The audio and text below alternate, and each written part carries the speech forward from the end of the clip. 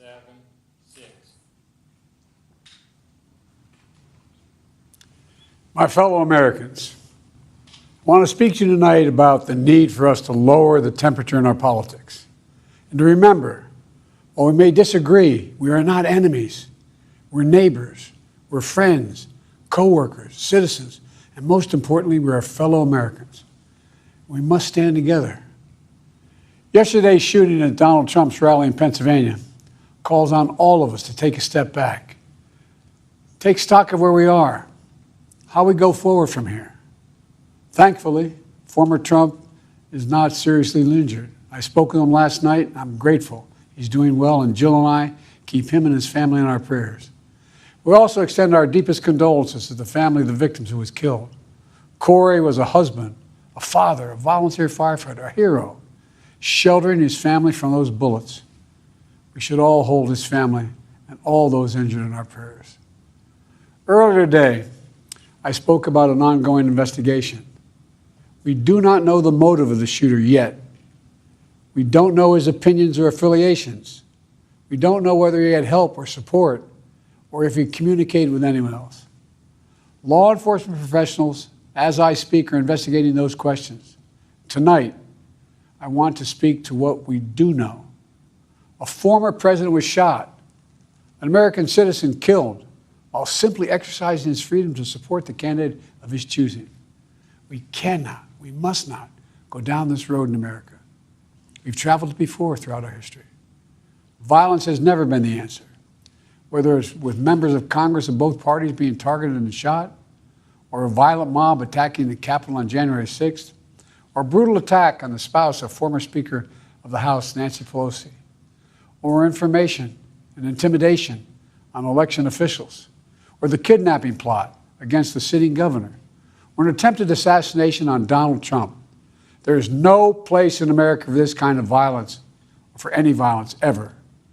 Period. No exceptions. We can't allow this violence to be normalized. You know, the political record in this country has gotten very heated. It's time to cool it down. We all have a responsibility to do that. Yes, we have deeply felt strong disagreements. The stakes in this election are enormously high. I've said it many times that the choice in this election we make in this election is going to shape the future of America and the world for decades to come. I believe that with all my soul. I know that millions of my fellow Americans believe it as well. And some have a different view as to the direction our country should take. Disagreement is inevitable in American democracy. It's part of human nature. But politics must never be a literal battlefield, or God forbid, a killing field. I believe politics ought to be an arena for peaceful debate, to pursue justice, to make decisions guided by the Declaration of Independence and our Constitution. We stand for an America, not of extremism and fury, but of decency and grace. All of us now face a time of testing as the election approaches. And the higher the stakes, the more fervent the passions become. This places an added burden on each of us to ensure that no matter how strong our convictions, we must never descend into violence. The Republican convention will start tomorrow. I have no doubt they'll criticize my record and offer their own vision for this country. I'll be traveling this week making the case for our record and the vision, my vision of the country, our vision.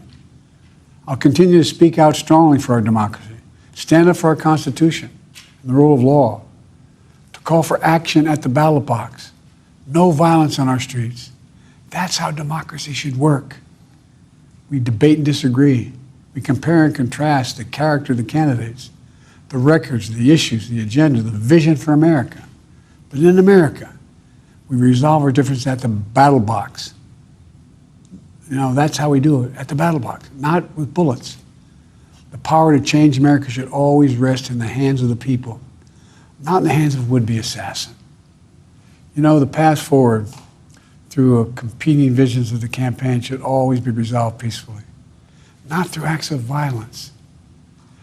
You know, we're blessed to live in the greatest country on earth, and I believe that with every soul, every power of my being. So tonight, I'm asking every American to recommit, to think about it. What's made America so special? Here in America, everyone must be treated with dignity and respect. and hate must have no safe harbor. Here in America, we need to get out of our silos, where we only listen to those with whom we agree, where misinformation is rampant, where foreign actors fan the flames of our division to shape the outcomes consistent with their interests, not ours. Let's remember, here in America, while unity is the most elusive of goals right now, nothing is more important for us now than standing together. We can do this.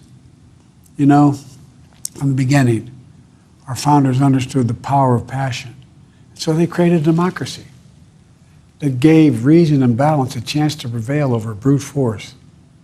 That's the American we must be. An American democracy where arguments are made in good faith. An American democracy where the rule of law is respected. An American democracy where decency, dignity, fair play aren't just quaint notions, but living, breathing realities. We owe that to those who come before us, to those who gave their lives for this country. We owe that to ourselves. We owe it to our children and our grandchildren. Look, let's never lose sight of who we are. Let's remember we are the United States of America. There is nothing beyond our capacity when we do it together.